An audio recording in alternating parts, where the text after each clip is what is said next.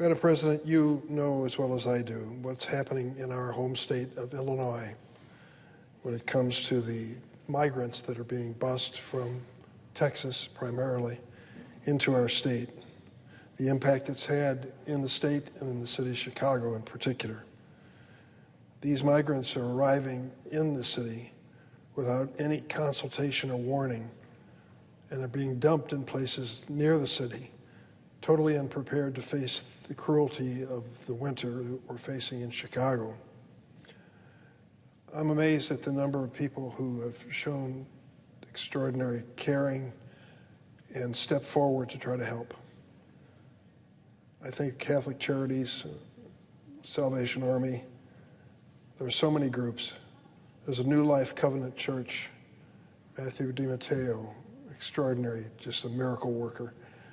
He manages to find a way to put a roof over the heads of those migrants who come to our city and give them a fighting chance to have a decent life.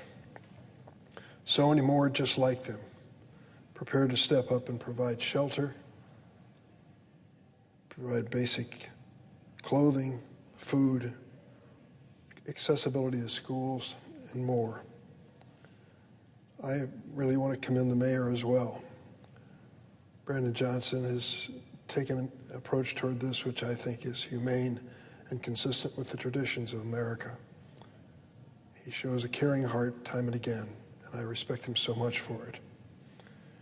Recently, the city of Chicago tried to put some order into this disorderly process, identifying times and places where the buses could stop so that people could be received properly, cared for, and go about their lives as best they could. But unfortunately, there's only been one example of cooperation by the state of Texas. There are plenty of examples the other way. People that are sent to airports in Rockford, where they're dumped out of airplanes on tarmac with no place to turn. People who are put in suburban towns and rural areas, which even if they wanted to help, would be so limited in what they could do.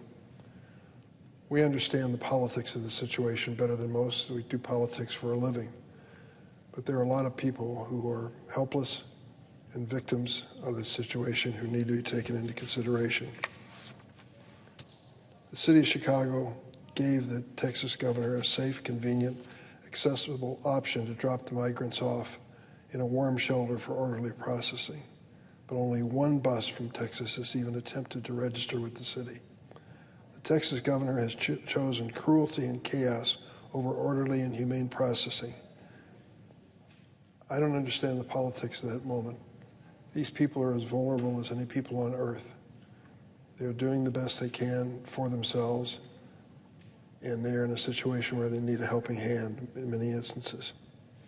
Last week, my colleagues in the Senate were working to negotiate a border compromise to deal with policy and law on the border.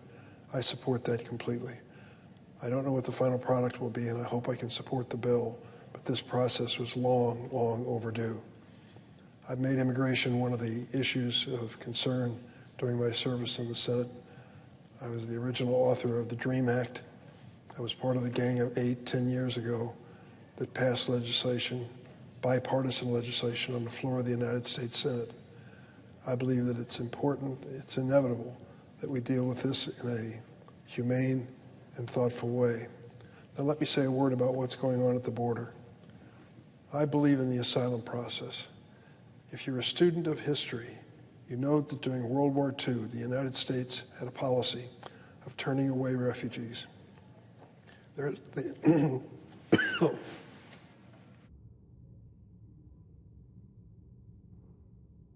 well-publicized and notorious example of the SS St. Louis, a ship which came from Europe and tried to find a port to disembark in Havana and in Florida and failed.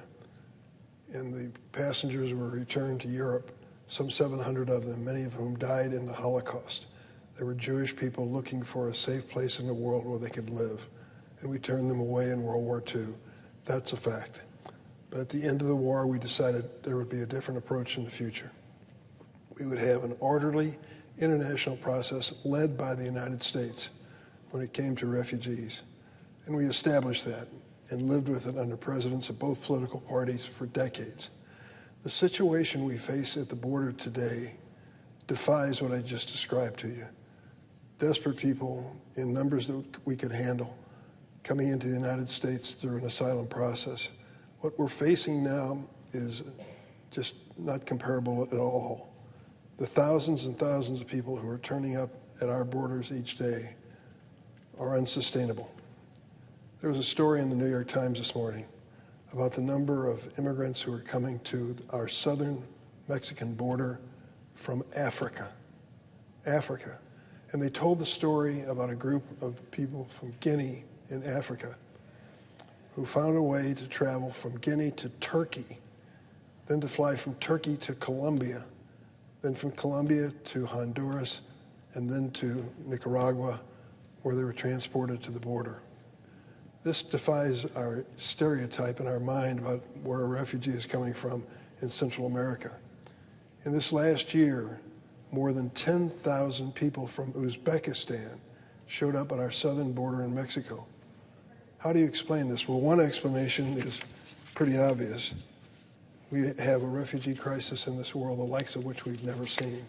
There are numbers all over the world, hundreds of thousands of people who are desperately looking. Today, there are over 100 million displaced people worldwide, including over 30 million refugees. It's the largest refugee crisis in history. That's the starting point of this conversation. But the second point is equally important. Many of these people have found their way to the United States through international groups, some of them with very sinister purposes, who are trying to make a lot of money on helpless people by promising they can get to the United States and have a much better life. These people are being exploited in Africa, in Asia, and around the world, and we have to deal with this seriously. They are not the ordinary course of refugees coming to the United States. They are overwhelming numbers that has completely bankrupted our system in its response.